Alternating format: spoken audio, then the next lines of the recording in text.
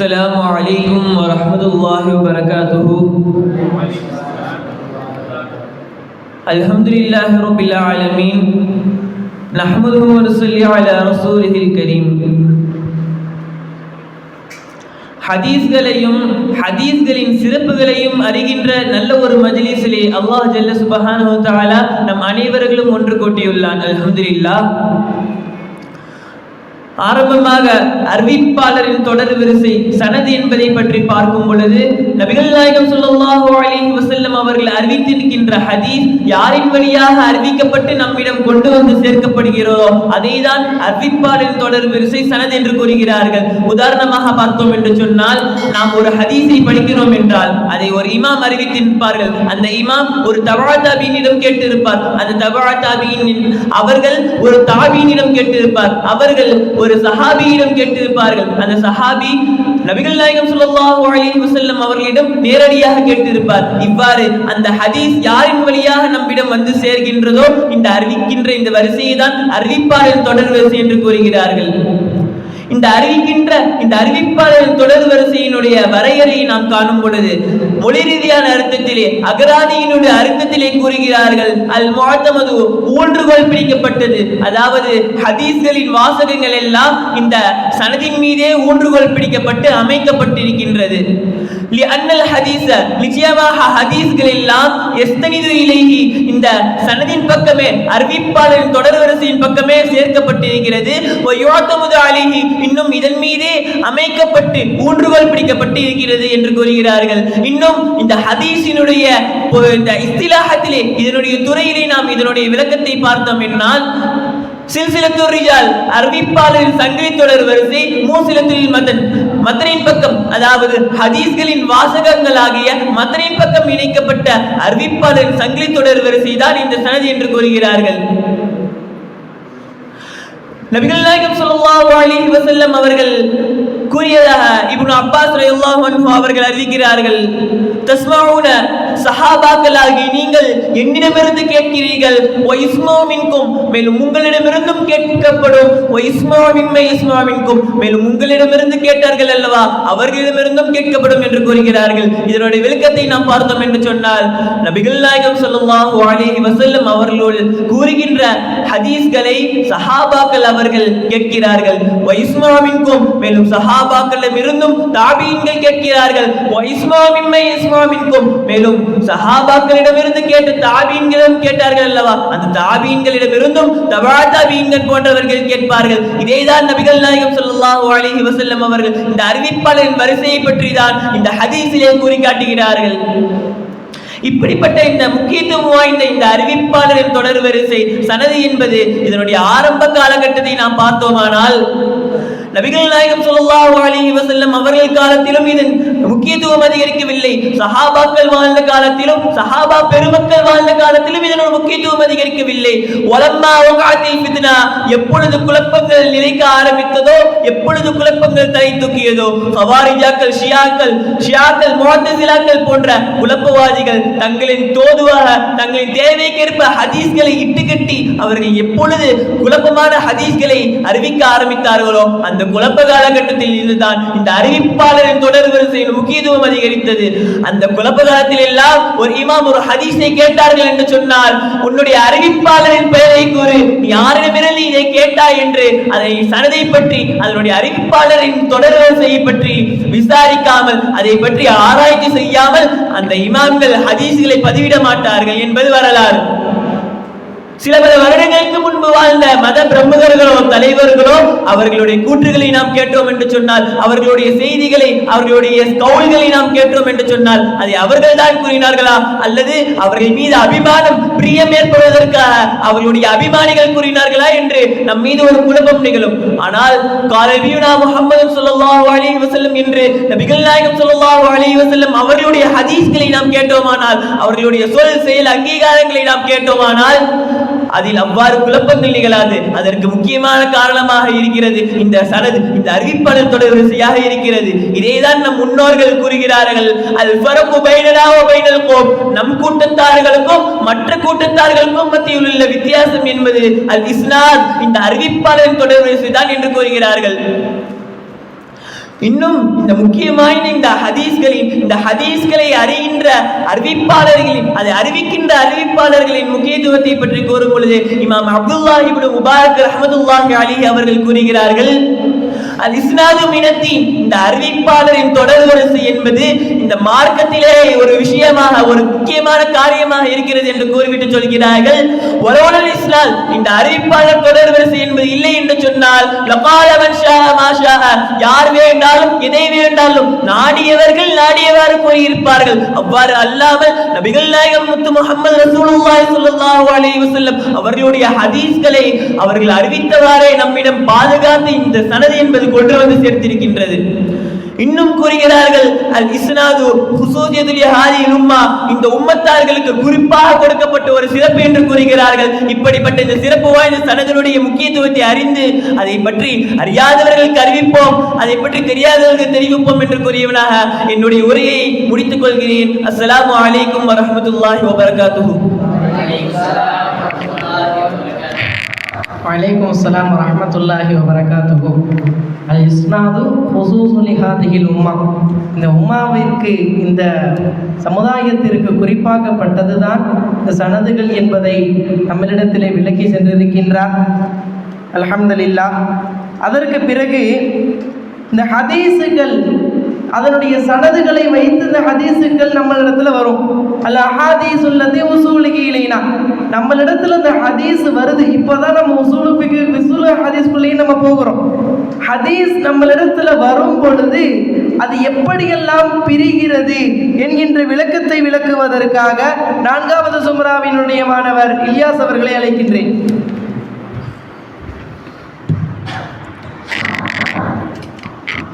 அஸ்ஸலாமு அலைக்கும் வரஹ்மத்துல்லாஹி வபரகாத்துஹு.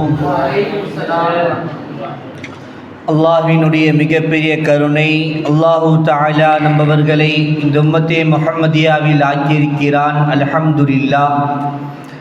அது மட்டுமல்லாமல் நபி ஸல்லல்லாஹு அலைஹி வஸல்லம் அவர்களுடைய ஹதீஸை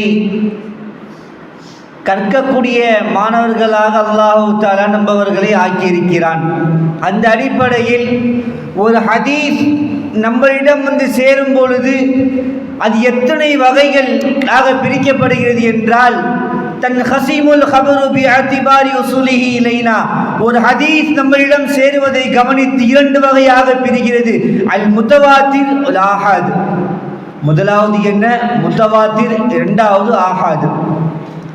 சரி, முத்தவாத்திர்னா என்ன? சொற்பமான நபர்களையே அந்த ஹதீஸ் அறிவித்திருப்பார்கள். இந்த முத்தவாத்திரை 3 வகையாக பிரித்து, முதலாவதாக அதனுடைய தாரிஃப், 2வதாக அதனுடைய ஷர்த்து, 3வதாக அதனுடைய ஹுக்கும். சரி, தாரிஃப்னா என்ன? எல்லா விஷயத்திற்கும் ஒரு விஷயம் இருக்குன்னா அதுக்கு கண்டிப்பாக மீனிங் இருக்கும். அந்த அடிப்படையில் இந்த டெஃபனிஷனை 2 வகையாக பிரிக்கிறாங்க. ஒன்று டிக்ஷனரியுடைய அர்த்தம், இன்னொன்று இந்த ஹதீஸினுடைய துறையில் முத்தவாத்திருக்கு என்ன அர்த்தம்னு பார்த்தா, முதலாவது டிக்ஷனரி அர்த்தம் என்னன்னு பார்த்தா, வஹு அதுவாகிறது இஸ்மு ஃபாயில், ஒரு இஸ்மு ஃபாயிலாக இருக்கிறது.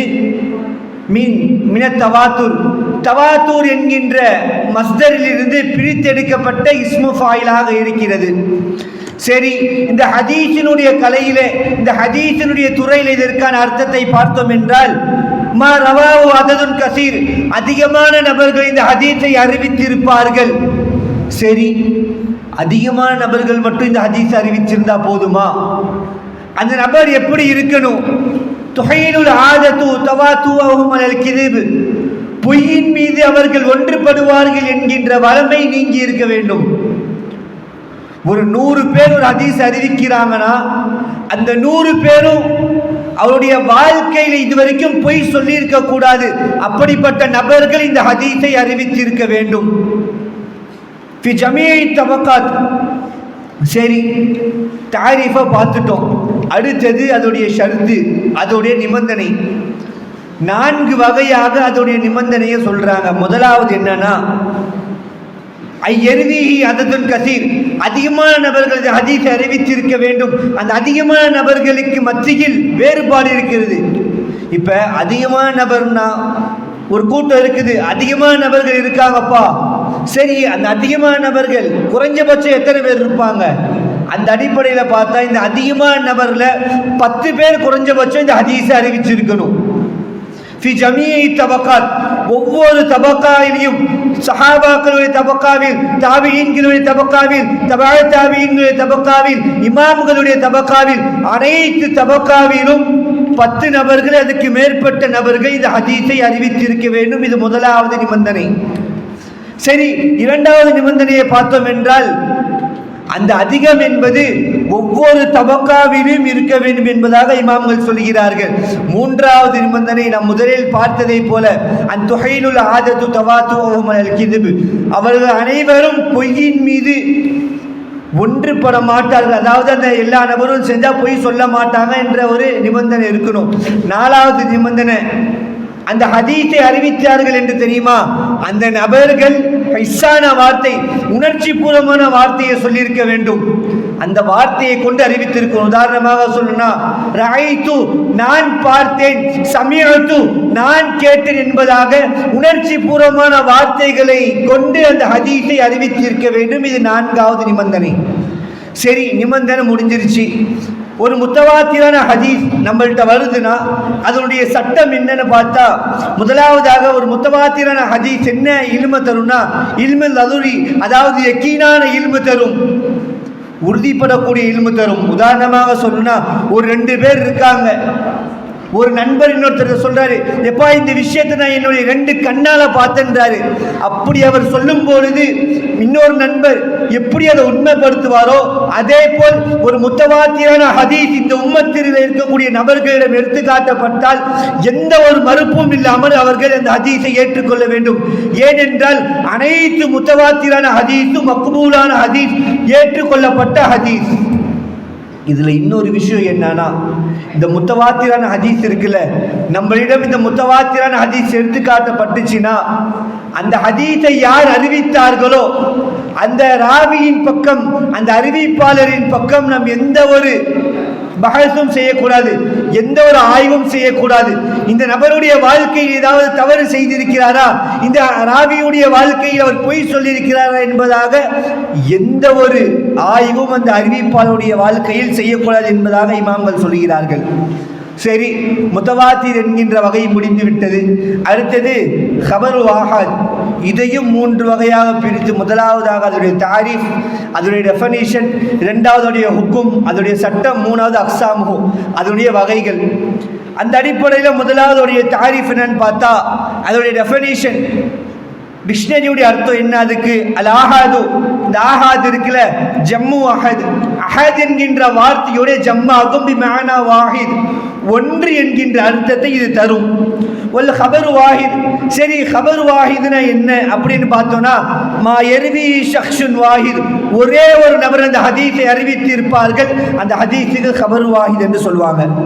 சரி, இந்த ஹதீஸினுடைய துறையில ஆஹாதுனா என்னன்னு பார்த்தோம்னா, வஹு அதுவாகிறது மா யஜ்மா மாலம் யஜ்மா, ஒன்றிணைத்திருக்கப்படாது, ஷுருத்துல் முத்தவாத்திர், முத்தவாத்திருடைய ஷர்த் இருக்குல்ல, நம்ம முன்னாடி சொன்னோம் தெரியுமா, ஒரு 4 நிபந்தனை சொன்னோம் தெரியுமா, இந்த 4 நிபந்தனையும் ஆஹாதுல வரக்கூடாதுன்றாங்க. சரி, ஒரு ஆஹாதான ஹதீஸ் நம்மள்ட்ட எடுத்துக்காட்டப்படுது, அதனுடைய சட்டம் என்ன, அதனுடைய ஹுக்கும் என்னன்னு பார்த்தோம்னா, இந்த ஹதீஸ் இருக்குல்ல, இல்மு நதரி தரும். அதாவது இந்த ஹதீஸ் நம்மளை எடுத்து காட்டப்பட்டா அந்த ஹதீஸை யார் அறிவித்தார்கள், அந்த அறிவிப்பாளருடைய வாழ்க்கையை நாம் பார்க்க வேண்டும், அவருடைய வாழ்க்கையில் அவர் எவ்வாறு இருந்தார்கள் என்பதை பார்க்க வேண்டும். ஆனால் அப்படியே முன்னாடி பார்த்தா முத்தவாத்தினுடைய வகையில அந்த ஹதீஸை யார் அறிவித்தார்களோ அவருடைய வாழ்க்கையின் பக்கம் நாம் எந்த ஒரு ஆய்வும் செய்யக்கூடாது. ஆனால் ஆஹாதான ஹதீஸிலே அந்த ஹதீஸை அறிவித்த நபருடைய வாழ்க்கையில் நம்ம ஆய்வு செய்ய வேணும்ன்றாங்க. சரி, அடுத்ததுடைய வகைகள் 3 வகையாக பிரிக்கிறார்கள். முதலாவது மஷ்ஹூர், இரண்டாவது அசீஸ், மூணாவது கரீப். சரி, மஷ்ஹூரான ஹதீஸ்னா என்னப்பா அப்படின்னு பார்த்தோன்னா அதுக்கான தாரீஃப், அதுக்கான டெஃபனிஷன் தராங்க. முதலாவது டிக்ஷனரியுடைய அர்த்தம் என்னன்னா, வஹு அதுவாகிறது இஸ்மு மஃபூல் மின் ஷஹர, ஷஹர என்கின்ற வினை சொல்லிலிருந்து பிரித்தெடுக்கப்பட்ட இஸ்மு மஃபூல் தான் மஷ்ஹூர்ன்றாங்க. சரி, இந்த ஹதீஸினுடைய துறையில் இதற்கான அர்த்தத்தை பார்த்தோன்னா, மா ரவாவு சலாசத்து ஃபாக்ஸர், 3 நபர்களுக்கு அதிகமான நபர்கள் இந்த ஹதீஸ் அறிவிச்சிருக்க வேண்டும். ஃபி ஜமீ தபக்காத், எல்லா தபக்காவிலையும் சஹாபாக்கள், தாபியீன்கள், தபா தாபியீன்கள், இமாம்கள் எல்லா தபக்காவிலும் 3 நபர் அறிவிச்சிருக்கணும், இல்லை அதுக்கு மேற்பட்ட நபர் அறிவிச்சிருக்கணும். இங்கே இன்னொரு விஷயம் என்ன தெரியுமா? இந்த 3க்கு மேற்பட்டுன்னு சொல்றாங்க தெரியுமா? இந்த 3 நபர்களுக்கு மேற்பட்ட எப்படி இருக்கணும்னா முத்தவாத்தினுடைய எல்லையை அடையக்கூடாது. ஏன் முத்தவாத்தினுடைய எல்லை நம்ம என்ன பார்த்தோம்? 10 நபர் அறிவிச்சிருக்கணும்னு பார்த்தோம். ஆனா மஷ்ஹூர்ல 3க்கு அதிகமாக இருக்கணும். ஆனால் முத்தவாத்தினுடைய எல்லையை அடையக்கூடாது. அவ்வாறு முத்தவாத்தினுடைய எல்லையை அடைந்தால் அந்த ஹதீஸ் முத்தவாத்திர் என்கிற கணக்கில் வந்துவிடும். சரி, அடுத்தது அசீஸான ஹதீஸ்னா அப்படின்னா என்னன்னு பார்த்தோம்னா அதுக்கான தாரீஃபை நம்ம பார்க்குறோம். ஃபர்ஸ்ட்டு மின் அஸ்ஸை ஐசு, ஐன் கலிமாவுக்கு கசரை கொண்டு வந்தால் என்ன அர்த்தத்தில் வரும் தெரியுமா? கல்ல குறைவானது என்கின்ற அர்த்தத்தில் வரும். அதே அஸ்ஸை அஸ்ஸு ஐன் கலிமாவுக்கு ஃபதஹை கொண்டு வந்தால் குவத்திஹி, சக்தி வாய்ந்தது என்கின்ற அர்த்தத்தில் வரும். சரி, இந்த ஹதீஸினுடைய துறையில் இதற்கான அர்த்தம் என்னன்னு பார்த்தோம்னா அல்லா யக்கில ருவாத்துஹு அன் இஸ்னைன், 2 நபர்களுக்கு கம்மியாக இந்த ஹதீஸை அறிவிச்சிருக்க கூடாதுன்றாங்க. ஃபி ஜமீ தபக்காத், எல்லா தபக்காவிலும் 2 நபர்களுக்கு கம்மியாக இந்த ஹதீஸை அறிவிச்சிருக்க கூடாது அப்படின்னு சொல்லி அசீஸினுடைய வகையை முடிக்கிறாங்க. அடுத்தது கரீபுனா என்னன்னு பார்க்குறோம். அதோடைய தாரிஃபா பார்த்தோன்னா அது 2 வகையாக பிரிக்கிறாங்க. ஒன்று டிக்ஷனரியுடைய அர்த்தம். டிக்ஷனரி அர்த்தத்தை என்னன்னு பார்த்தா பிமானா முஃப்ரது, தனித்து இருப்பது என்கின்ற அர்த்தம். சரி, இந்த ஹதீஸினுடைய கலையில கரீபுக்கான அர்த்தம் என்னன்னா ஒஹு அதுவாகிறது மா யன்ஃபரிது பிருவாத்தி ராவின் வாஹித், ஒரே ஒரு நபர் அந்த ஹதீஸை அறிவித்திருப்பார்கள்.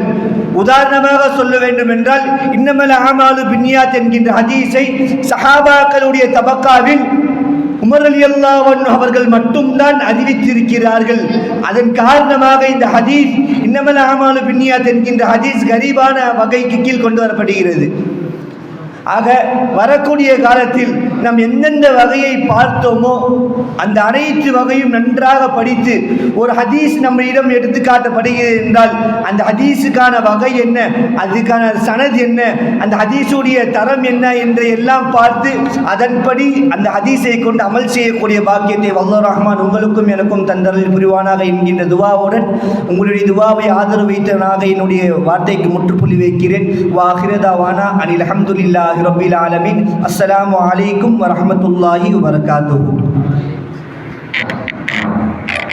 வலைக்கும் அஸ்ஸலாம் வரஹ்மத்துல்லாஹி வபரகாத்துஹு.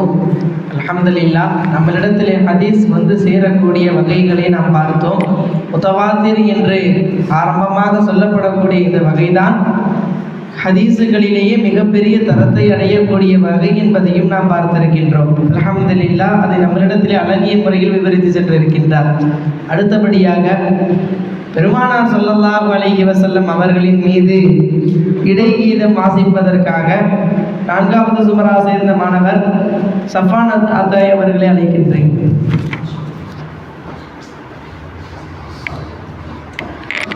அஸ்ஸலாமு அலைக்கும் வரஹ்மத்துல்லாஹி வபரகாத்துஹு. நீராடும் கண்களோடு நெஞ்சம் நிறை பாசத்தோடு, நீராடும் கண்களோடு நெஞ்சம் நிறை பாசத்தோடு, மாறாத ஈமானோடு யா ரசூலல்லாஹ் நான் மனமுருகி பாடுகின்றேன். யா ரசூலல்லாஹ் மனமுருகி பாடுகின்றேன்.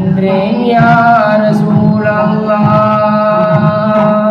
நீராடும் கண்களோடு நெஞ்சம் நிறை பாசத்தோடு, மாறாத ஈமானோடு யா ரசூலல்லாஹ் நான் மனமுருகி பாடுகின்றேன். யா ரசூலல்லாஹ் மனமுருகி பாடுகின்றேன். யா ரசூலல்லாஹ் வாழும் நெறி வகுத்தளித்து வாழ்ந்து காட்டி விளங்க வைத்து வானம் சென்று இறையை கண்ட யா ரசூலல்லாஹ் வாழும் நெறி வகுத்தளித்து வாழ்ந்து காட்டி விளங்க வைத்து வானம் சென்று இறையை கண்ட யா ரசூலல்லாஹ் உங்கள் வாகை தன்னை பாடுகின்றேன் யா ரசூலல்லாஹ் வாகை தன்னை பாடுகின்றேன் யா ரசூலல்லாஹ் நீராடும் கண்களோடு நெஞ்சம் நிறை பாசத்தோடு மாறாத ஈமானோடு யா ரசூலல்லாஹ் நான் மனமுருகி பாடுகின்றேன் யா ரசூலல்லாஹ் மனமுருகி பாடுகின்றேன் யா ரசூலல்லாஹ் தேன் சுனக்கும் சொல்களோக தூயவர்கள் வாழும் இல்ல தேனிடுவேன் நான் தங்களை யா ரசூலல்லாஹ் தேன் சுரக்கும் சொல்களோக தூயவர்கள் வாழும் இல்ல தேனிடுவேன் நான் தங்களை யா ரசூலல்லாஹ் உங்கள் தேனிதழால் அழைக்க வேண்டும் யா ரசூலல்லாஹ் தேனிதழால் அழைக்க வேண்டும் யா ரசூலல்லாஹ் நீராடும் கண்களோடு நெஞ்சம் நிறை பாசத்தோடு மாறாத ஈமானோடு யா ரசூலல்லாஹ் நான் மனமுருகி பாடுகின்றேன் யா ரசூலல்லாஹ் மனமுருகி பாடுகின்றேன் யா ரசூலல்லாஹ். அஸ்ஸலாமு அலைக்கும் வரஹ்மத்துல்லாஹி வபரகாத்துஹு. வலைக்கும் அஸ்ஸலாம் வரஹ்மத்துல்லாஹி வபரகாத்துஹு. அவருடைய குரல் வளத்தை அல்லாஹ் சுப்ஹானஹு வ தஆலா மென்மேலும் அதிகரிப்பானாக. ஹதீஸ் நம்மளிடத்திலே வந்து சேரக்கூடியது, அது நாம் ஏற்றுக்கொள்ளக்கூடிய தரத்தில் இருக்கக்கூடிய ஹதீஸுகளினுடைய வகைகளும் அதனுடைய சட்டங்களையும் விளக்குவதற்காக 4வது சூரா மாணவர் ரஹ்மத்துல்லாஹ் அவர்களை அழைக்கின்றேன்.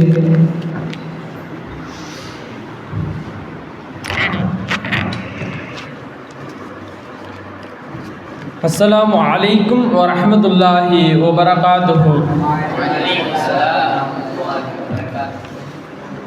இதற்கு முன் பேசி சென்ற மாணவர்கள் எல்லாம் ஹதீஸ் என்றால் என்ன, ஹதீஸ் எந்த வகையிலெல்லாம் நம்மிடம் வந்து சேருகிறது, அந்த ஹதீஸை நம்மிடம் கொண்டு வருவதற்கு சஹாபாக்கள், இமாம்கள், உலமா பெருமக்கள் எவ்வாறெல்லாம் கஷ்டப்பட்டார்கள் என்றெல்லாம் கூறி சென்றார்கள். இருந்தாலும் இன்றைய காலத்தில் நாம் பயான் மேடைகளிலோ அல்லது மற்ற இணையதளங்களிலோ ஒரு ஹதீஸை நாம் கூறும் பொழுது நம்மிடம் முதலாவதாக கேட்கப்படும் கேள்வி இந்த ஹதீஸ் சஹீஹ் தானா என்று தான். இதன் காரணத்தால் நாம் சஹீஹான ஹதீஸ் என்றால் என்ன, ஏற்றுக்கொள்ளப்பட வேண்டிய ஹதீஸ்கள் என்றால் என்ன என்று தெரிந்து கொள்வது அவசியமான ஒன்றாக இருக்கிறது. முதலாவதாக இதற்கு முன் பேசி சென்ற இல்யாஸ் மாணவர் அவர்கள் ஹதீஸ்கள் முத்தவாத்திர், ஆஹாத் என இரு வகையாக பிரிகிறது. அதில் ஆஹாதான ஹதீஸ்கள் மஷ்ஹூர், அசீஸ், கரீப் என 3 வகைகளாக பிரிகிறது என்றெல்லாம் கூறி சென்றார்கள். இதில் அந்த ஆஹாதான ஹதீஸ்களுடைய பலகீனத்தை கவனித்து இமாம் பெருமக்கள் ஆஹாதான ஹதீஸ்களை 2 வகைகளாக பிரிக்கிறார்கள். அதில் முதலாவதாக மக்பூல், ஏற்றுக்கொள்ளப்பட வேண்டிய ஹதீஸ்கள், இரண்டாவதாக மருதூத், மறுக்கப்பட வேண்டிய ஹதீஸ்கள் என்று 2 வகைகளாக பிரிக்கிறார்கள். இதில் முதலாவதாக கூறப்பட்ட அந்த மக்பூலான ஹதீஸ்கள், ஏற்றுக்கொள்ளப்பட வேண்டிய ஹதீஸ்களை இமாம் பெருமக்கள் 4 வகைகளாக பிரிக்கிறார்கள். அதில் முதலாவதாக சஹீஹுன் லிதாத்திஹி, அதாவது தன்தானாகவே சஹீஹான அந்தஸ்திற்கு சென்ற ஒரு ஹதீஸ். இரண்டாவதாக ஹசனுன் லிதாத்திஹி, தன்தானாகவே ஹசன் தரஜாவிற்கு சென்ற ஒரு ஹதீஸ். மூன்றாவதாக சஹீஹுன் லி கைரிஹி, தான் அல்லாத ஒன்றின் காரணத்தால் சஹீஹான ஒரு ஹதீஸ். நான்காவதாக ஹசனுன் லி கைரிஹி, தான் அல்லாத ஒன்றின் காரணத்தால் ஹசன் ஆகிய ஒரு ஹதீஸ். இதில் முதலாவதாக சஹீஹுன் லிதாத்திஹி, அதாவது தன்தானாகவே சஹீஹான அந்தஸ்திற்கு சென்ற ஒரு ஹதீஸ். இதை பற்றி இமாம் பெருமக்கள் கூறும் பொழுது, எந்த ஒரு ஹதீஸில் பின்வரக்கூடிய 5 நிபந்தனைகள் இருக்கிறதோ அந்த ஹதீஸை சஹீஹுன் லிதாத்திஹியாக இமாம் பெருமக்கள் கருதுகிறார்கள். அதில் முதலாவதாக இத்திசாலு சனத், அதாவது இந்த ஹதீஸை அறிவித்திருக்கும் அறிவிப்பாளர்கள் அனைவருமே அவருக்கு நேர்மேல் உள்ள அறிவிப்பாளரிடமிருந்து நேரடியாக இந்த ஹதீஸை பெற்றிருக்க வேண்டும். அதாவது நபி ஸல்லல்லாஹு அலைஹி வஸல்லம் அவர்களிடமிருந்து ஒரு சஹாபி அந்த ஹதீஸை நேரடியாக கேட்டிருக்க வேண்டும். அந்த சஹாபியிடம் இருந்து ஒரு தாபியின் அந்த ஹதீஸை கேட்டிருக்க வேண்டும். அந்த தாபியினிடமிருந்து ஒரு தபா தாபியின் அந்த ஹதீஸை கேட்டிருக்க வேண்டும். அந்த தபா தாபியினிடமிருந்து அந்த இமாம் அந்த ஹதீஸை பெற்று நம்மளுக்கு அறிவித்திருக்க வேண்டும். இந்த சனத் என்னும் சங்கிலி தொடரில் எந்த ஒரு அறிவிப்பாளரும் ஈடுபட்டிருக்க கூடாது. இரண்டாவது நிபந்தனையாக அதாலத்து ருவாத், அந்த ஹதீஸை அறிவித்திருக்கும் அறிவிப்பாளர்கள் அனைவருமே நீதமானவர்களாக இருக்க வேண்டும். சரி, நீதமானவர்கள் என்றால் என்ன என்று கூறுகையில் இமாம் பெருமக்கள் கூறுகிறார்கள், அவர் முதலில் முஸ்லிமாக இருக்க வேண்டும். இரண்டாவதாக அவர் பாலிகாக பருவ வயதை அடைந்தவராக இருக்க வேண்டும். மூன்றாவதாக அவர் பகுத்தறிவு உடையவராக இருக்க வேண்டும். நான்காவதாக அவர் பெரும்பாவம் செய்த பாவியாக இருக்கக்கூடாது. ஐந்தாவதாக மனித உரிமைகளை முறிக்கக்கூடியவராகவும் அவர் இருக்கக்கூடாது. இதில் அடுத்த நிபந்தனையாக தாமுல் லபுத், அதாவது பரிபூரணமான அறிவிக்கும் திறனுடையவராக அந்த அறிவிப்பாளர்கள் இருக்க வேண்டும். அன்றைய காலத்தில் இமாம்கள் ஹதீஸை அறிவிக்கும் விஷயத்திலே 2 வகையினராக இருந்தார்கள்.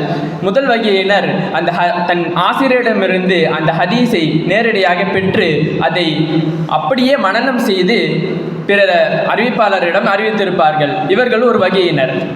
இரண்டாவதாக தன் ஆசிரியரிடமிருந்து அந்த ஹதீஸை நேரடியாக பெற்று அதை எழுதி வைத்து அந்த எழுதி வைத்ததை பிழையில்லாமல் இன்னொரு அறிவிப்பாளரிடம் அறிவித்திருப்பார்கள். இவர்கள் ஒரு வகையினர்.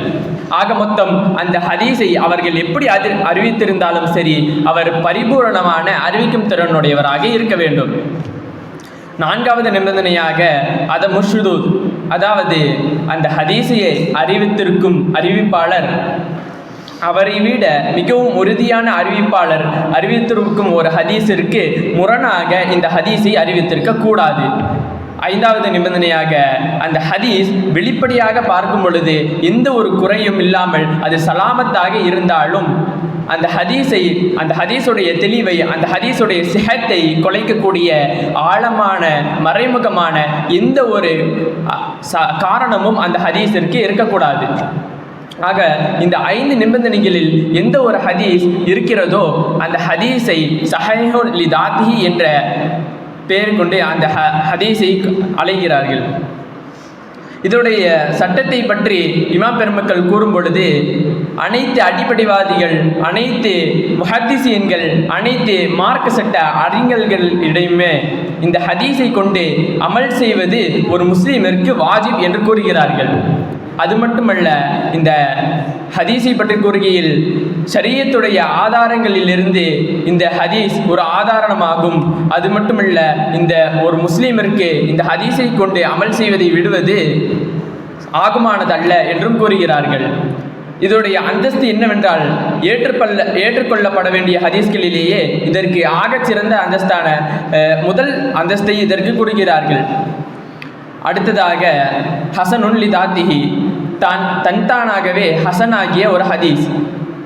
இதற்கு விளக்கமளிக்கையில் முன் கூறினோம் அல்லவா, அந்த 5 நிபந்தனைகளில் இத்திசாலு சனத், அதாலத்து ருவாத், அதமு ஷுதூத், அதமுல் இல்லத் ஆகிய இந்த 4 நிபந்தனைகளும் அந்த ஹதீஸில் இருந்து அந்த மீதம் ஒன்றான நிபந்தனையான தாமுல் லபுத், அந்த பரிபூரணமான அறிவிக்கும் திறனில் மட்டும் எந்த ஒரு அறிவிப்பாளருக்கு குறை இருக்கிறதோ அந்த ஹதீஸை சஹீஹுன் லிதாத்திஹி என்ற அந்தஸ்தில் இருந்து ஹசனுன் லிதாத்திஹி என்ற அந்தஸ்திற்கு கொண்டு வருகிறார்கள்.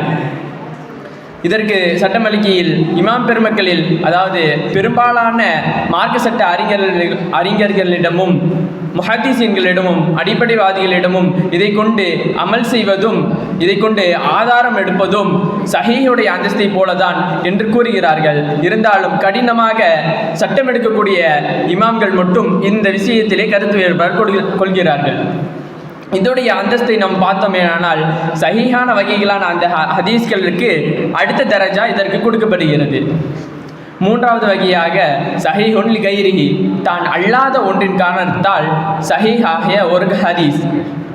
இது என்னவென்றால் முன் கூறின அந்த இரண்டாம் வகையான ஹசனுன் லி தாத்திஹியான ஹதீஸ் இன்னும் பல வழிகளில் அது இரண்டோ அல்லது பல வழிகளில் அந்த ஹதீஸ் அறிவிக்கப்பட்டிருந்தால் அந்த ஹதீஸை சஹீஹுன் லிகைரிஹி என்று கூறுகிறார்கள். இதற்கும் சஹீஹான ஹதீஸிற்கு என்ன சட்டம் கூறினோமோ அதே சட்டம் தான் இந்த சஹீஹான வகைக்கும். அடுத்தபடியாக ஹசனுன் லிகைரிஹி, தான் அல்லாத ஒன்றின் காரணத்தால் ஹசனாகிய ஒரு ஹதீஸ். அதாவது ஒரு லைஃபான ஹதீஸ் பல வழிகளில் திரும்ப திரும்ப அந்த ஹதீஸ் அறிவிக்கப்பட்டிருந்தால் அந்த ஹதீஸை ஹசனுன் லிகைரிஹியான அந்த அந்தஸ்திற்கு கொண்டு செல்கிறார்கள். ஆனால் இந்த லைஃபாகிய அந்த காரணம் அந்த அறிவிப்பாளர் பொய் கூறுபவராகவோ அல்லது அந்த அறிவிப்பாளர் பெரும்பாவம் செய்தவராகவோ இருந்து லைஃபான வகைகளாக இருக்கக்கூடாது. அது அல்லாத மற்ற வகைகளில் லைஃபாக வந்திருந்த ஹதீஸ் திரும்ப திரும்ப வந்திருந்தால் அந்த லைஃபான ஹதீஸை ஹசனுன் லிகைரிஹியாக அந்த இமாம் பெருமக்கள் கூறுகிறார்கள். இதோடைய சட்டம் என்னவென்றால் முன்கூறின மக்பூலான ஹதீஸ்களுக்கு என்ன சட்டமோ அதே சட்டம்தான் இதை கொண்டும் ஆதாரம் எடுக்கும் விஷயத்தில் கூறுகிறார்கள். இப்பொழுது நாம் முக்கியமான ஒரு விஷயத்தை அறிந்து கொள்ள வேண்டும்.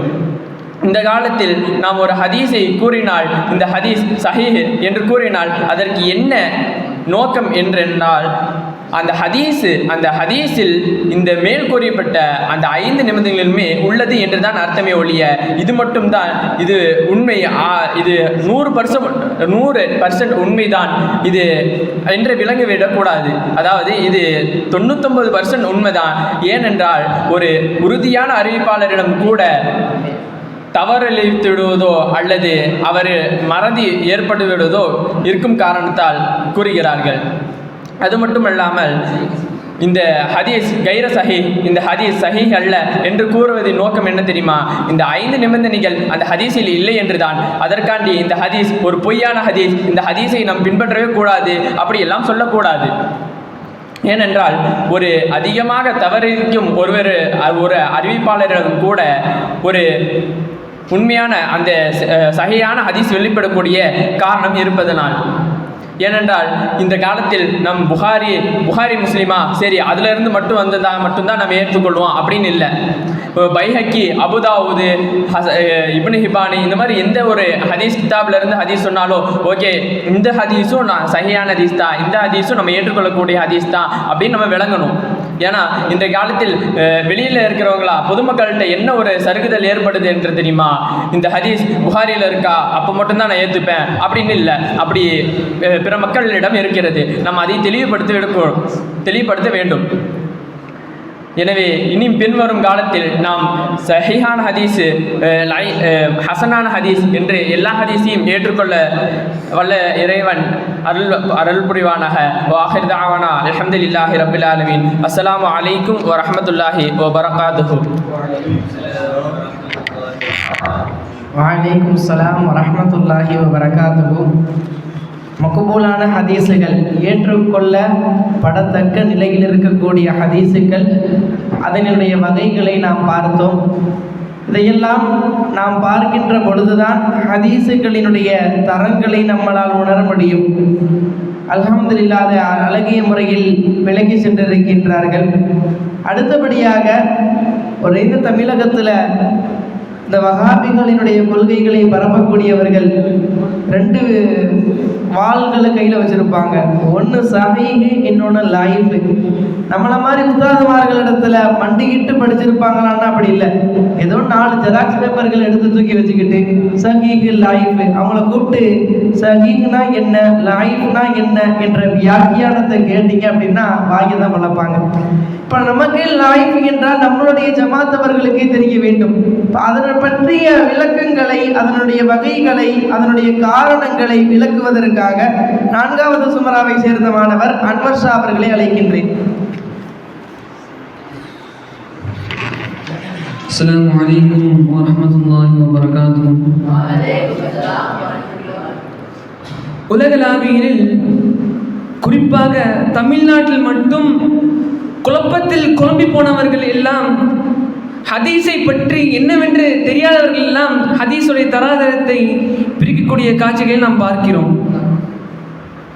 உலமாக்களாகிய நீங்கள் தான் இதில் விழிப்போடு இருக்க வேண்டும். அவர்கள் பெரும்பாலும் கைவிப்பதின் அந்த செய்தி என்பது லைஃபை பற்றி இருக்கிறது. லைஃப் என்றாலே, லைஃப் என்ற அந்த ஹதீஸ் என்றாலே அது மௌதுஆனது.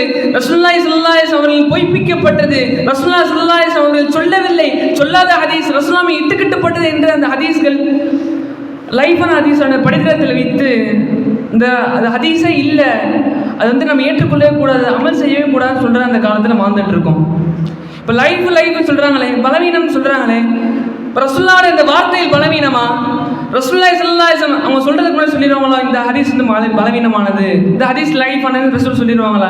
இல்லை, அல்லாஹ் தஆலா சொல்கிறான், ஒமா யன்திகு அனில் ஹவா, அவர்கள் மன இச்சையின் காரணமாக அவர் பேச மாட்டார்கள், இன் ஹுவ இல்லா வஹ்யு யூஹா, அவருக்கு இறக்கப்பட்ட வஹியை தவிர என்று அல்லாஹ் தஆலா சொல்கிறான். அப்ப ரசூலுல்லாஹி ஸல்லல்லாஹு அலைஹி வஸல்லம் அவர்களுடைய வார்த்தை என்பது முழுக்க முழுக்க சஹீஹானது. அப்போ ஏன் இந்த லைஃப் என்ற அந்த காரணம் ஏன் வந்து வருது? லைஃப் என்ற படித்திரம் ஏன் வந்து கொண்டு வராங்க? 2 காரணம். அஸ்ஸகத்துமில் இஸ்னாத், அறிவிப்பாருடைய அந்த அறிவிக்கும் தொடரில் ஏதேனும் ஒரு அறிவிப்பாரை விடுபட்டு போவது. 2வது காரணம் அத்வான ஃபிர் ராவி, அறிவிப்பாளரிடம் வெளிப்படக்கூடிய குறைகள். அது 1வது வகையில் பார்த்தோம்னா அஸ்ஸகத்துமில் இஸ்னாத், அறிவிப்பாளரிடம் அறிவிக்கும் அந்த அறிவிப்பாளர் தொடரில் விடுபட்டு போவர். அதை வந்து இமாம் பெருமக்கள் சக்கத்துல் லாஹிர் வெளிப்படையான விடுபடுதல், சக்கத்துல் ஹஃபி மறைமுகமான விடுபடுதல் என்று 2 வகையாக பிரிக்கிறார்கள். அதில் சக்கத்துல் லாஹிரை பார்த்தோம்னா வெளிப்படையான விடுபடுதலை பார்த்தோம் என்று சொன்னால் முஅல்லக், முர்சல், முஅதல், முன்கத்தி என்று 4 இமாம் பெருமக்கள் பிரிக்கிறார்கள். முஅல்லக் தொங்கவிடப்பட்ட ஹதீஸ் என்று அதற்கு தமிழ் பொருள். அதில் என்னன்னா, ராவி யாருமே இருக்க மாட்டாங்க, டைரக்டாக ரசூலுல்லாஹி ஸல்லல்லாஹு அலைஹி வஸல்லம் சொன்னாங்க சொன்ன காரணமாக ராவிகள் எந்த ராவிகளும் அறிவித்ததா அந்த பதிவு செய்யப்படாதனால அது முஅல்லக் தொங்கவிடப்பட்ட ஹதீஸ் என்ற அந்த காரணமாக லைஃப் என்ற படிக்கிறதில் இமாம் பெருமக்கள் கொண்டு வருகிறார்கள். 2வதாக முர்சல். இப்போ ஒரு ஹதீஸ்னா ரசூலுல்லாஹி ஸல்லல்லாஹு அலைஹி வஸல்லம் ஹதீஸ் சொல்லியிருக்கணும், அது சஹாபாக்கள் கேட்டிருப்பாங்க, சஹாபாக்கள் அதை அறிவிச்சிருப்பாங்க, அது தாபீன்கள் கேட்டிருப்பாங்க, தாபீன்கள் அறிவிச்சிருப்பாங்க, அது தபா தாபீன்கள் கேட்டிருப்பாங்க, தபா தாபீன் அறிவிச்சிருப்பாங்க, அது இமாம் பெருமக்கள் பதிவு செய்திருப்பார்கள். ஆனால் சஹாபாக்களை விட்டு ரசூலுல்லாஹி ஸல்லல்லாஹு அலைஹி வஸல்லம் அவர்கள் நேரடியாக கேட்டதாக தாபீனுடைய படித்திரத்தில் நாம் கொண்டு பதிவு செய்யப்படுவது முர்சல் என்ற அந்த வகையில் அதன் காரணமாக லைஃப் என்ற படித்திரத்தில் கொண்டு செல்லப்படுகிறது. முஅதல் சிக்கலான ஹதீஸ், தமிழில் இருக்கு பொருள். ஒரு அறிவிக்கும் அந்த அறிவிப்பாளர் தொடர் இருக்கிறது, அதில் தொடர்ச்சியாக 2 அறிவிப்பாளர் வந்து பேர் சொல்லாமல் விட்டுடுறாங்க, இல்லை அதுக்கு அதிகமான அறிவிப்பாளர்களாக விட்டுடுறாங்க. அப்படின்னா இது முஅதல் என்ற அந்த வகையின் காரணமாக இது லைஃப் என்ற படித்திரத்தில் கொண்டு செல்லப்படுகிறது.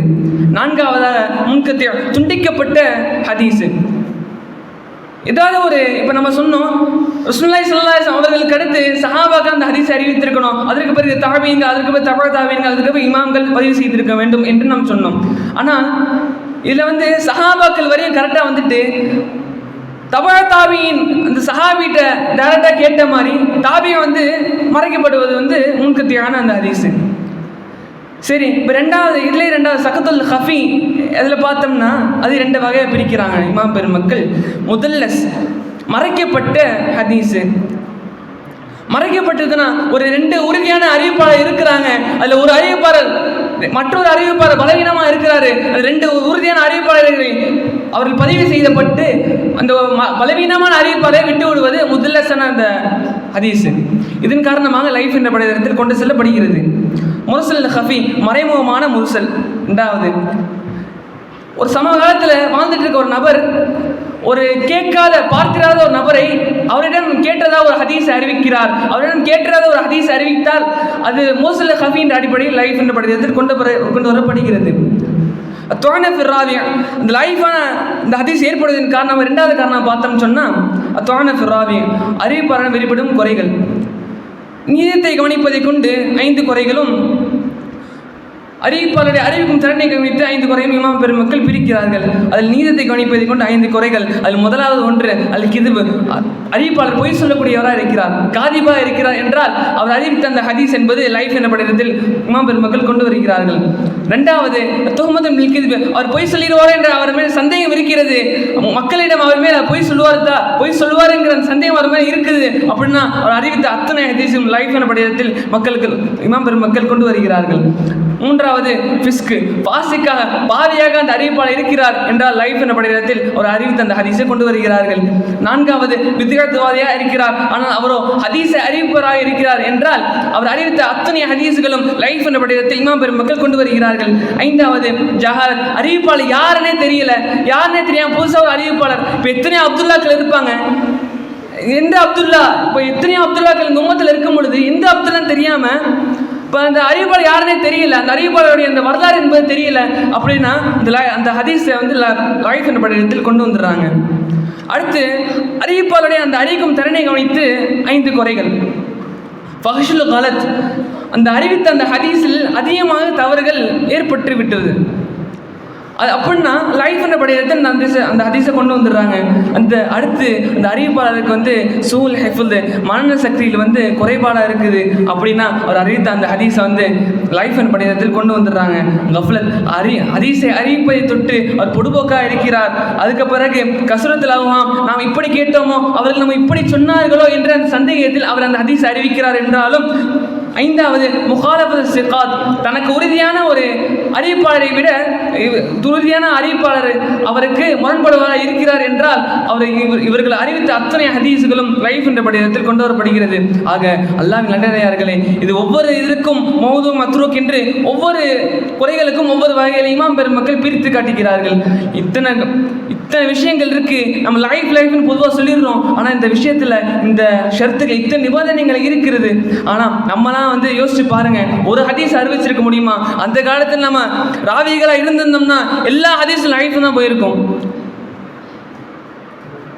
லைஃபான ஹதீஸ் என்றால் ஒரு உறுதியான ஒரு ஹதீஸ் கிடைக்கல ஒரு சட்டத்துக்கு, அப்படியே அந்த லைஃபான ஹதீஸை பயன்படுத்துவதில் இஸ்லாத்தில் ஜாயிஸ் இருக்கிறது. ஆக அல்லாஹ்வின் நல்லடியார்களே, ஹதீஸை பற்றி என்னவென்றே தெரியாதவர்கள்லாம் பேசும் பேச்சை விட்டும், அந்த முட்டாள்களுடைய பேச்சை விட்டும் அல்லாஹ் தஆலா நம்மையும் நம் சார்ந்தவரையும் அல்லாஹ் தஆலா பாதுகாத்தல் புரிவானாக என்று என் உரையை முடித்துக் கொள்கிறேன். வாஹிரு தஅவானா அல்ஹம்துலில்லாஹி ரப்பில் ஆலமீன். அஸ்ஸலாமு அலைக்கும் வரஹ்மத்துல்லாஹி வபரகாத்துஹு. வலைக்கும் ஸலாம் வரஹ்மத்துல்லாஹி வபரகாத்துஹு. அல்ஹம்துலில்லாஹ், லைஃபான பலகீனமான ஹதீஸுகளின் காரணங்களை நம்மளிடத்திலே விளக்கி சென்றிருக்கின்றார்கள். பொதுவாக சஹீஹ் என்ற ஹதீஸை பற்றி நாம் பார்த்திருக்கின்றோம், லைஃப் என்ற ஹதீஸை பற்றி நாம் பார்த்திருக்கின்றோம். ஆனால் இந்த வஹாபிஸ கொள்கையை பரப்பக்கூடியவர்கள் தமிழகத்திலே இந்த லைஃப் என்கின்ற ஹதீஸினை மௌலூ என்கின்ற ஒரு வகையோடு கலந்து விடுகிறார்கள். பலகீனமான ஹதீஸினை இட்டுக்கட்டப்பட்ட ஹதீஸோடு கலந்து விடுகிறார்கள் என்பதை நாம் பார்க்கிறோம். அதை பற்றி நம்மளிடத்துல சொல்லிட்டு போயிருக்கிறாரு. இப்போ அந்த இட்டுக்கட்டப்பட்ட ஹதீஸ் என்றால் அதனுடைய வகைகள் என்ன, அதனுடைய சட்டங்கள் என்ன?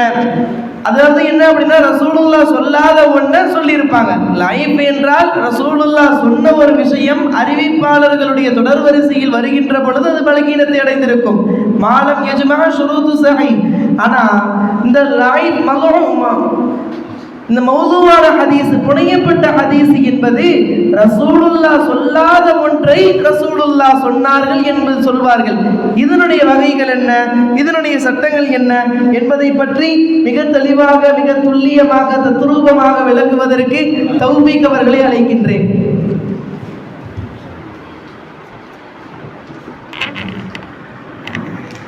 அஸ்ஸலாமு அலைக்கும் வரஹ்மத்துல்லாஹி வபரகாத்துஹு. இந்த ஹதீஸினுடைய ஆய்வரங்கத்தில் எனக்கு கொடுக்கப்பட்டுள்ள தலைப்பு புனையப்பட்ட மற்றும் பலகீனமான ஹதீஸுகள் என்றால் என்ன. அதனுடைய சட்டம் என்ன? இன்றைக்கு இருக்கக்கூடிய சமூகம் இஸ்லாத்தினுடைய அடிப்படையான விஷயங்களில் ஒரு தவறான ஒரு முறையை கையாண்டு கொண்டிருக்கிறார்கள். குறிப்பாக இந்த ஹதீஸினுடைய விஷயத்தில், இந்த லைஃபான இந்த பலகீனமான ஹதீஸினுடைய விஷயத்தில் இன்றைக்கு இருக்கக்கூடிய இஸ்லாமிய சமூகம் என்பது லைஃபான ஹதீஸ் என்று சொன்னாலே அது தூக்கி எறியப்பட வேண்டிய ஹதீஸ், அது நபிகள் ஸல்லல்லாஹு அலைஹி வஸல்லம் அவர்கள் இட்டு கட்டப்பட்ட ஹதீஸ் என்று சொல்லுகிறார்கள். ஆனால் அப்படி அல்ல. இமாம் பெருமக்கள் இந்த லைஃபையும் இந்த மௌதான ஹதீஸ் சட்டத்திற்கு தனித்தனி விளக்கம் கொடுத்து இதை ஒரு தனி தொகுப்பாக இட்டிருக்கிறார்கள். உதாரணமாக லைஃபை பற்றி சொல்ல போனால் ஒரு சின்ன உதாரணம் சொல்லலாம். ஒரு கிளாஸில் 3 மாணவர்கள் இருக்கிறார்கள். அந்த 3 மாணவர்களுக்கும் எக்ஸாம் வைக்கப்படுது. எக்ஸாம் வச்சு ரிசல்ட்டு வருது. அதில் ஒரு மாணவர் 80 மார்க் எடுக்கிறாரு, 2வது மாணவர் 60 மார்க் எடுக்கிறாரு, 3வது மாணவர் 40 மார்க் எடுக்கிறாரு. இப்போ இவங்களுக்கெல்லாம் ரேங்க் போடும்போது எப்படி போடுவோம்? 80 மார்க் எடுத்தவர் ஃபர்ஸ்ட் ரேங்க்கு, 60 மார்க் எடுத்தவர் செகண்ட் ரேங்க்கு, 40 மார்க் எடுத்தவர் தேர்ட் ரேங்க் தான் போடுவோமே ஒழிய நீ 40 மார்க் எடுத்துட்ட அதனால் நீ ஃபெயில் நம்ம சொல்லிட மாட்டோம். அதே போன்றுதான் ஹசனான ஹதீஸுகளையும் லைஃபான ஹதீஸுகளையும் நாம் ஒப்பிட்டு பார்க்கும் பொழுது ஹசனான ஹதீஸுகளுடைய தரத்தின் கீழே தான் லைஃபான ஹதீஸ் இருக்கிறது. மற்றபடி லைஃபான ஹதீஸும் ஹதீஸ் தான். பின்ன அதனுடைய சட்டம் என்ன? இமாம்கள் இதை நமக்கு கற்றுக் கொடுக்கிறார்கள். லைஃபான ஹதீஸை கொண்டு நம்ம அறிவிக்கலாமா என்று கேட்டால் அறிவிக்கலாம். ஆனால் 2 நிபந்தனை இட்டு சொல்லுகிறார்கள். முதலாவது சொல்லுகிறார்கள், அகீதா சம்பந்தமாக, உதாரணமாக அல்லாஹ்வுடைய தன்மையை குறிக்கும் விதமாக ஒரு லைஃபான ஹதீஸ் வந்திருக்கிறது, அப்படிப்பட்ட லைஃபான ஹதீஸை அறிவிக்க கூடாது என்று சொல்லி தருகிறார்கள். 2வது சொல்லுகிறார்கள், இஸ்லாத்தினுடைய அடிப்படையான விஷயங்களை விளக்கும் விதமாக, எப்படி ஹலால் ஹராமை விளக்கும் விதமாக ஒரு லைஃபான ஹதீஸ் வந்திருக்கிறது, அப்படிப்பட்ட லைஃபான ஹதீஸை அறிவிக்க கூடாது என்று சொல்கிறார்கள். இந்த 2 நிபந்தனைகள் உட்பட்டு ஒரு லைஃபான ஹதீஸ் வந்திருக்கிறது அப்படி என்று சொன்னால் அறிவிக்கலாம். உதாரணமாக உபதேசம் செய்யும் விதமாக ஒரு லைஃபான ஹதீஸ் வந்திருக்கிறது, தாராளமாக அறிவிக்கலாம். அமல் செய்கின்ற விஷயத்திலே ஆர்வமூட்டும் விதமாக நீ இத்தனை சலவாத்து ஓதுனா உனக்கு இத்தனை நன்மை அப்படின்னு சொல்லி அமல் செய்கின்ற விஷயத்திலே ஆர்வமூட்டும் விதமாக ஒரு லைஃபான ஹதீஸ் வந்திருக்கிறது, அதை அறிவிக்கலாம். அது பயம் புகுத்தும் விதமாக நீ இந்த தவறான செய்தனா அல்லாஹ் உனக்கு இப்படியெல்லாம் தண்டனை விதிச்சிருவான் அப்படின்னு சொல்லிட்டு இப்படி லைஃபான ஹதீஸ் வந்திருக்கிறது, இதையெல்லாம் அறிவிக்கலாம் என்று சொல்லி தருகிறார்கள் இமாம் பெருமக்கள். இந்த ஹதீஸை கொண்டு அமல் செய்யலாமா என்று கேட்டால் அமல் செய்யலாம். இந்த ஹதீஸினுடைய லைஃபான ஹதீஸினுடைய சிறப்பை பற்றி வரக்கூடிய ஒரு விஷயங்களை அமல் செய்வதென்பது முஸ்தஹப்பு, விரும்பத்தக்க செயல் என்று சொல்லி தருகிறார்கள். ஆனால் இந்த விஷயத்தில் 3 நிபந்தனை இருக்கிறார்கள். இந்த 3 நிபந்தனைக்கு உட்பட்டு ஒரு லைஃபான ஹதீஸ் வந்திருக்கிறது, அதை அமல் செய்வது முஸ்தஹப் என்று விரும்பத்தக்க செயல் என்று சொல்லிக் கொடுக்கிறார்கள் இமாம் பெருமக்கள். அது என்ன நிபந்தனை? அந்த ஹதீஸ் என்பது கடுமையான பலகீனமாக இருக்கக்கூடாது. எப்படி பெரும்பாவம் செய்யக்கூடியோரோ பொய்யரோ அந்த ஹதீஸினுடைய சங்கிலி தொடரில் இடம்பெற்று இருக்கக்கூடாது.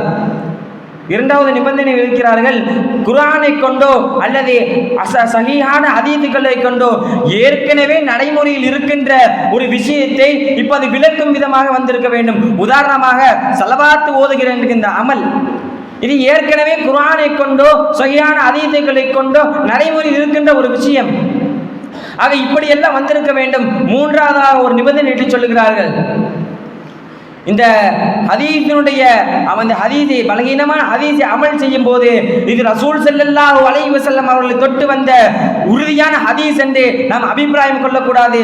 மாறாக இந்த விஷயத்தை நான் செய்திருக்கின்றேன், இதன் மூலியமாக இறைவன் நாடினால் இதற்குரிய கூலி இறைவனுக்கு தருவான் என்று நம்ம அபிப்பிராயம் கொள்ளலாம். உதாரணமாக சொல்ல போனால் ஹதீஸ் இருக்கு, ஒரு சலவாத்து ஓதுனா 100 நன்மை அப்படின்ற மாதிரி ஒரு லைஃபான ஹதீஸ் இருக்கு. இதை நம்ம அமல் செஞ்சுட்டோம், உடையும் செஞ்சிட அபிப்பிராயம் கொண்டுக்கூடாது. இதெல்லாம் செஞ்சுட்டோம் நமக்கு நன்மை கன்ஃபார்ம் அப்படிங்கிற நம்ம உள்ளத்திலே கன்ஃபார்ம் பண்ணிடக்கூடாது. அது அப்படி அல்ல. இதெல்லாம் ஓதிட்டோம், அல்லாஹ் எனக்கு இதன் மூலியமாக கூலியை கொடுப்பான் என்று நாம் எண்ணிக்கொள்ளன்மை ஒழிய இதை உறுதி கொள்ளக்கூடாது என்று இமாம் பெருமக்கள் சொல்லிக் கொடுக்கிறார்கள். இதுதான் இன்றைக்கு இருக்கின்ற லைஃபினுடைய முழு சட்டம். ஆனால் இதை அறியாமல் இன்று இருக்கிற எத்தனையோ மக்கள்கள் இதை அறியாமல் லைஃப் என்று சொன்னாலே அதெல்லாம் ஏற்றுக்கொள்ளக்கூடாதுப்பா, அதெல்லாம் ஏற்றுக்கொண்டது அப்போ அதெல்லாம் ரசூலா சொல்லாதுன்னு நினைக்கிறாங்க. ஆனால் அப்படி அல்ல. அதை ஏற்றுக்கொள்ளலாம், அதை அறிவிக்கலாம், அதை அமல் செய்யலாம். அமல் செய்வது முஸ்தஹப், விரும்பத்தக்க செயல் என்று சொல்லி தருகிறார்கள். மௌதுஆன புனியப்பட்ட ஹதீஸின் சட்டம் என்ன? இது இல்லை, ஒரு சிம்பிளான விஷயம்.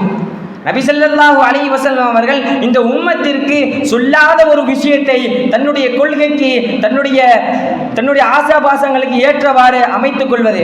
இப்போ அந்த காலத்தில் பார்த்தீங்கன்னா ஒரு சின்ன விஷயம் சொல்லலாம். அந்த காலத்தில் பார்த்தீங்கன்னா மத்தி மீன் விற்கிற பழக்கம் உண்டு. வியாபாரம், இந்த வியாபாரத்தில் லாபம் பெறணும், வேணா வாழ்க்கையை ஓட்டணும், லாபம் பெறணும். லாபம் பெறக்கு என்ன பண்ணணும்? எதனா ஒரு அட்வர்டைஸ்மெண்ட் கொடுக்கணும். சரி, ஒரு கவிதை எழுதுனா, தன்னுடைய சொந்த கதை எழுதுனா ஓடாது.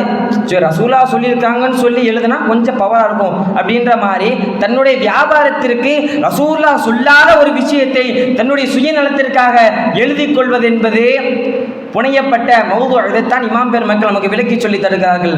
ஆக இன்றைக்கு தமிழகத்தில் எத்தனையோ பொதுமக்கள் இந்த விஷயத்தில் தான் இந்த இரண்டு விஷயத்தையும் மொத்தமாக போட்டு குழப்பிக் கொண்டிருக்கிறார். ஆனால் வேறு லைஃப் என்பது வேறு, பலகீனமான ஹதீஸ் என்பது வேறு, மௌது புனையப்பட்ட ஹதீஸ் என்பது வேறு. இமாம் பெருமக்கள் இரண்டு விஷயத்தையும் தெளிவான முறையிலே விளக்கி கொடுத்திருக்கிறார்கள்.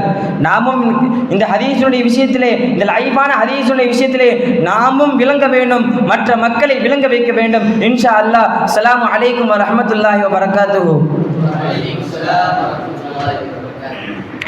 வலைக்கும் ஸலாம் வரஹ்மத்துல்லாஹி வபரகாத்துஹு. மௌதுஆன ஹதீஸையும் லைஃபான ஹதீஸையும் ஒப்பிட்டு அதிலே நம்மை ஒப்ப வைத்திருக்கின்றார். அல்ஹம்துலில்லாஹ், மிக அழகிய முறையிலே அதை விளக்கியிருக்கின்றார். எனவே இந்த ஹதீஸின் ஆய்வரங்கத்தின் மூலமாக நாம் சஹீஹான ஹதீஸ் என்றால் என்ன, லைஃபான ஹதீஸ் என்றால் என்ன, மௌதுஆன ஹதீஸ் என்றால் என்ன என்பதனுடைய விளக்கங்களை நாம் பார்த்திருக்கின்றோம். அது தாண்டி சஹீஹுல் லிகைரிஹி, ஹஸனுல் லிகைரிஹி என்ற பிரிவுள்ள பல பிரிவுகள் இருந்தாலும் இவைகளை நாம் ஆழமாக உற்று நோக்கி இருக்கின்றோம். அதற்கு அடுத்தபடியாக இவ்வாறாக ஹதீஸுகள் தரமிடப்பட்டு நம்மளிடத்திலே வந்ததற்கு பிறகும் கூட அந்த ஹதீஸு லைஃபானது உடனே மறுக்கிறாங்க. இப்படி கொஞ்ச காலத்துக்கு இருந்தவங்க சஹீஹான ஹதீஸை கூட நாங்கள் மறுப்போம். ஏன்னா இமாம் புகாரி கூட சில நேரங்களில் தவறாக எழுதிவிடுவார் என்கின்ற மாதிரி எல்லாம் இப்ப கிளம்பி இருக்கிறாங்க. இப்படி ஹதீஸுகளை மறுக்கக்கூடியவர்களுடைய நிலைகளையும் அவர்களுக்கு ஏற்படக்கூடிய விபரீதங்களையும் பற்றி விவரிப்பதற்காக 4வது சுமராவை சேர்ந்த சஃபான் அவர்களை நான் அழைக்கின்றேன்.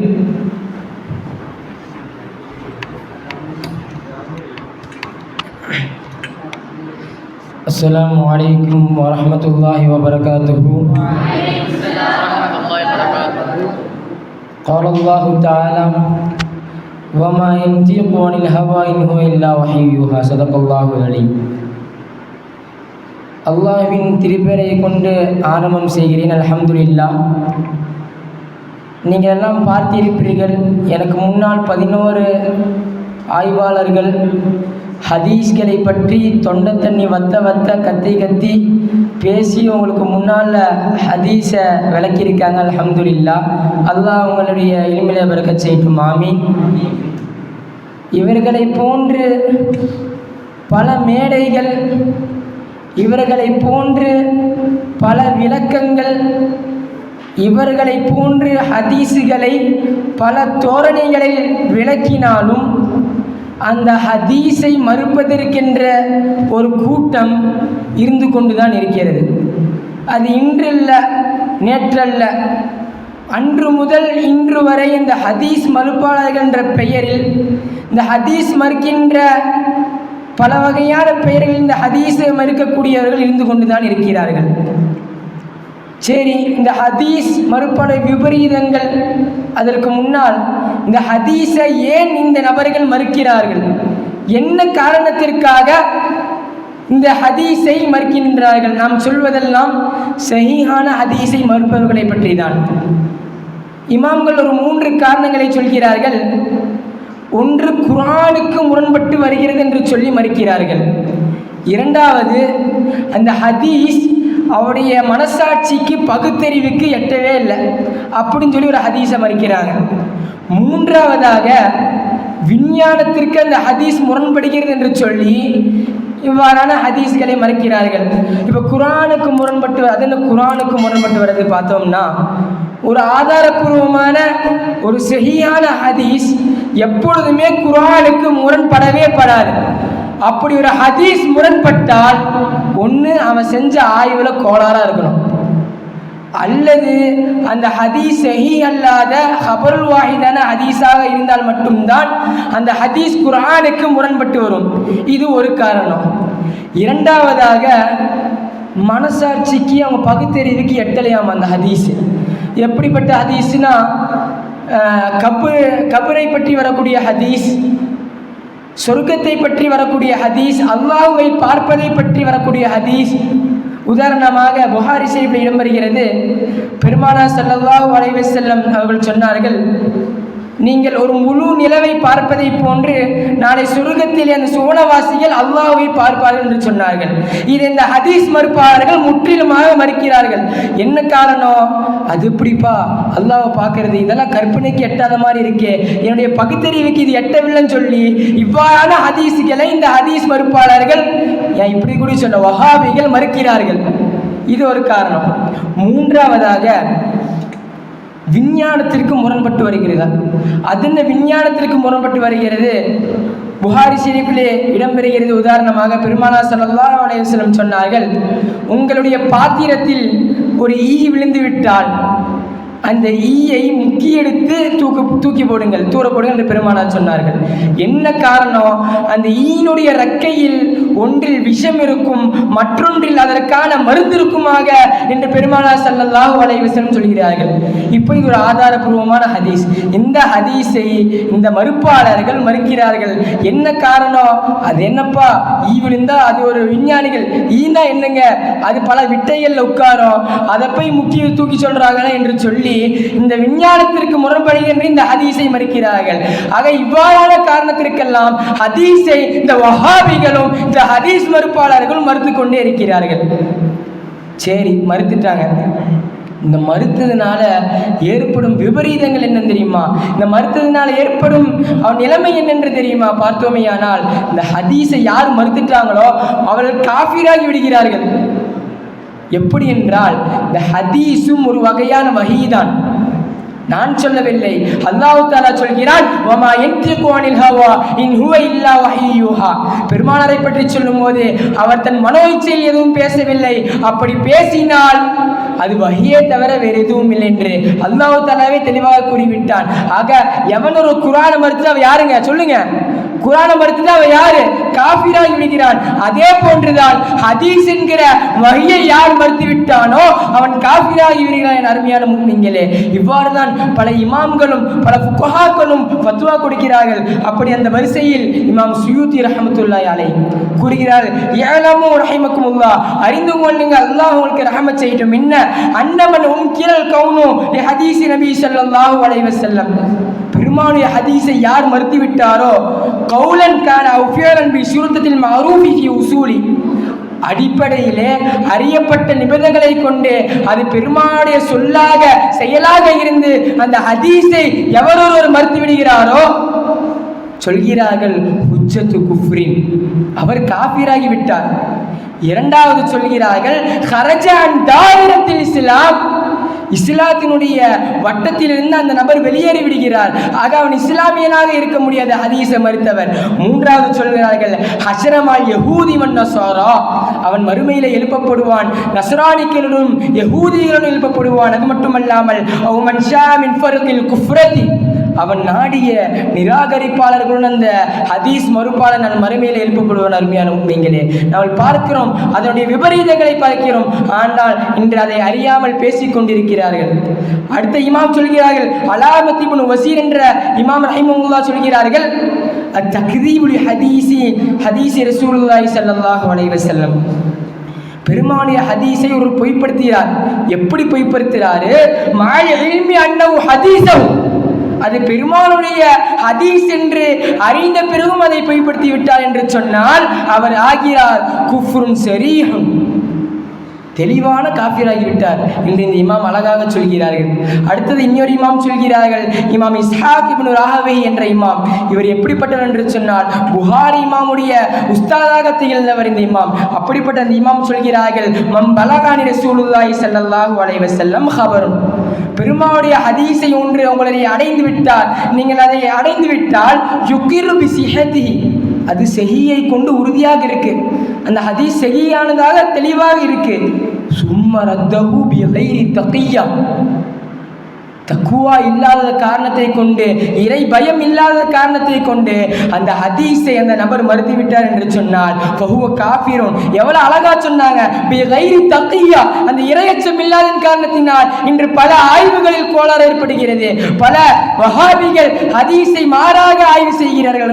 முஃமின்களே, இந்த ஹதீஸை ஒரு சில ஹதீஸை மறுத்தவங்களுக்கே இந்த நிலைமைனா, சில பேரெல்லாம் நாங்கள் அஹ்லுல் குர்ஆன் என்று சொல்லி முற்றிலுமாக ஹதீஸை புறக்கணிக்கக்கூடிய அந்த நிலைமை எப்பேற்பட்டது என்று யோசிச்சு பாருங்க. அதாவது இந்த வஹாபிகள் இந்த ஹதீஸ் மறுப்பாருடைய பேச்செல்லாம் கேட்டோம்னா நம்ம குழம்பி போயிடுவோம். ஃபர்ஸ்ட் சொல்லும் போது நல்ல மாதிரி கேட்குற மாதிரியா இருக்கும், அடுத்தது பார்த்தோம்னா அந்த இடத்தில் ஒரு பைத்தியக்காரத்தனம் இருக்கும். நான் சொல்வேன் இவர்கள் பைத்தியக்காரர்கள் தான். ஏனென்று தெரியுமா, ஹதீஸை யார் சரியாக ஆய்வு செய்கிறார்களோ அவர்கள் தான் அறிவாளி. அதை ஆய்வு செய்வதில் தவறல் ஏற்பட்டால் அவர்கள் பைத்தியக்காரர்கள் தான். அதற்கு இப்படிதான் ஒரு பைத்தியக்காரர் வந்து டாக்டர்கிட்ட கேட்டானாமா, டாக்டர் டாக்டர் எனக்கு பைத்தியம் தெளிஞ்சு போச்சு. அப்படியாப்பா, எப்படி சொல்ற? இந்த மாதிரி டாக்டர், கிணத்துல ஒரு பூனை விழுந்துச்சா, அதை நான் காப்பாத்திட்டேன், சபாஷ் நல்ல வேலை பார்த்துருக்கேன், நிஜமானே உனக்கு பைத்தியம் தெளிஞ்சிருச்சுன்னு சொன்னார். அப்புறம் டாக்டர் யோசிச்சுட்டு சொல்றாரு, சரிப்பா அந்த பூனை கிணத்துல விழுந்துச்சுங்கிற, சரி கிணத்துலேருந்து காப்பாத்திட்டு என்ன பண்ண அப்படின்னு கேட்கும்போது அந்த பைத்தியக்கார சொன்னானா, அதாவது டாக்டர் கிணத்துல விழுந்துச்சா, அந்த பூனை நனைஞ்சிச்சா, ஈரமாயிருச்சா, அதனால புழிஞ்சு காய போட்டேன் அந்த பூனையை அப்படின்னு சொன்னாலும். பருமையான முன்களே நாம் பார்க்க வேண்டியது என்னவென்று சொன்னால், இவ்வாறாக இந்த வஹாபிகளும் ஹதீஸ் மறுப்பாளர்களும் சொல்லும் போது அந்த ஹதீஸ் ஆதாரபூர்வமான இருக்கும், ஏற்றுக்கொள்ள மாதிரி இருக்கும். ஆனா இதை போன்ற உலமாக்களிடத்தில் கேட்டுக்கொண்டால் அறிந்து கொண்டால் மட்டும்தான் தெரியும் அந்த ஹதீஸ் எப்படிப்பட்டது, அந்த ஹதீஸ் ஆய்வு எத்தகையது என்று நம்மால் அறிய முடியும். அருமையான முஃமின்களே, இவ்வாறாக பல வகையாக சொல்லிக்கொண்டே இருக்கலாம். ஆனால் சவுதியுடைய ஒரு ஃபத்வா குழு, லஜ்னே தாயிமா என்ற ஃபத்வா குழுவும் கூடி ஃபத்வா கொடுக்கிறது, அல்லது யுன்கிருல் அமல பி சுன்னதி, சுன்னத்தை கொண்டு அமல் செய்ய யார் மறுக்கிறாரோ யகூனு காஃபிரன், அவர் காஃபிராகி விடுகிறார். ஏனென்று தெரியுமா, முகல்லிபுலில்லா, அவர் அல்லாஹ்வுடைய வஹியை பொய்ப்படுத்தி விட்டார், வலி ரசூலுடைய அந்த சொல்லை பொய்ப்படுத்தி விட்டார், வலி ஜமீஇல் முஸ்லிமீன், அனைத்து முஸ்லிம்களையும் பொய்ப்படுத்தி விட்டார் அந்த நபர். ஆக அருமையான முஃமின்களே, சற்று சிந்தித்து பார்க்க வேண்டும், எத்தகைய ஆபத்துகளில் அந்த வஹாபிகளும் அந்த ஹதீஸை மறுப்பவர்கள் இருக்கிறார்கள். ஏனென்றால் இந்த ஹதீஸ் சாதாரணமானதல்ல, பல வகையான கஷ்டங்களும் இமாம்கள் கஷ்டப்பட்டு துன்பப்பட்டு துயரப்பட்டு இந்த ஹதீஸை நிலைநிறுத்தி விடுகிறார்கள். ஆக இந்த ஹதீஸை யார் மறுக்கிறாரோ அவரை சொல்லக்கூடிய கட்டாயத்தில் இந்த உலமாக்கள் இருக்கிறார்கள். இன்றுமல்ல நேற்றுமல்ல நாளையுமல்ல என்றுமே இந்த ஹதீஸை நாங்கள் சரிபடுத்திக் கொண்டே இருப்போம், சீர்திருத்தம் பண்ணி கொண்டே இருப்போம் என்று சொல்லி என் உரைக்கு முற்றுப்புள்ளி இடுகிறேன். வாஹிர் தஅவானா அல்ஹம்துலில்லாஹி ரப்பில் ஆலமீன். அஸ்ஸலாமு அலைக்கும் வரஹ்மத்துல்லாஹி வபரகாத்துஹு. வலைக்கும் அஸ்ஸலாம் வரஹ்மத்துல்லாஹி வபரகாத்துஹு. அல்ஹம்துலில்லாஹ். ஹதீஸுகளை மறுப்பதினுடைய விபரீதங்களை நம்மளிடத்திலே விவரித்திருக்கின்றார். ஹதீஸை மறுக்கக்கூடியவர்கள் அவர்களுடைய மனநிலைகளுக்கு புலப்படவில்லை என்றால் அதனை அவர்கள் விளங்குவதில்லை. அவர்கள் ஆரம்பத்திலிருந்து நாம் பார்த்தோம், ஹதீஸ் என்றால் என்ன என்பதிலிருந்து பார்த்து ஹதீஸுகளை மறுப்பது வரையிலும் பார்த்திருக்கின்றோம். அதனை மறுத்தால் என்ன விபரீதங்கள் நமக்கு ஏற்படும், எத்தனை சுயூத்தி இமாம் போன்றவர்கள், இஸ்ஹாக் இப்னு ராவஹி இமாம் போன்றவர்கள் எல்லாம் என்னென்ன கடுமையான தண்டனைகளை விவரித்து சென்றிருக்கின்றார்கள் என்பதை நாம் பார்த்தோம். அப்போவாவது லைஃபான ஹதீஸை மறுத்தவர்கள், ஆனால் இன்றைய தினம் சஹீஹையே மறுத்தாங்க.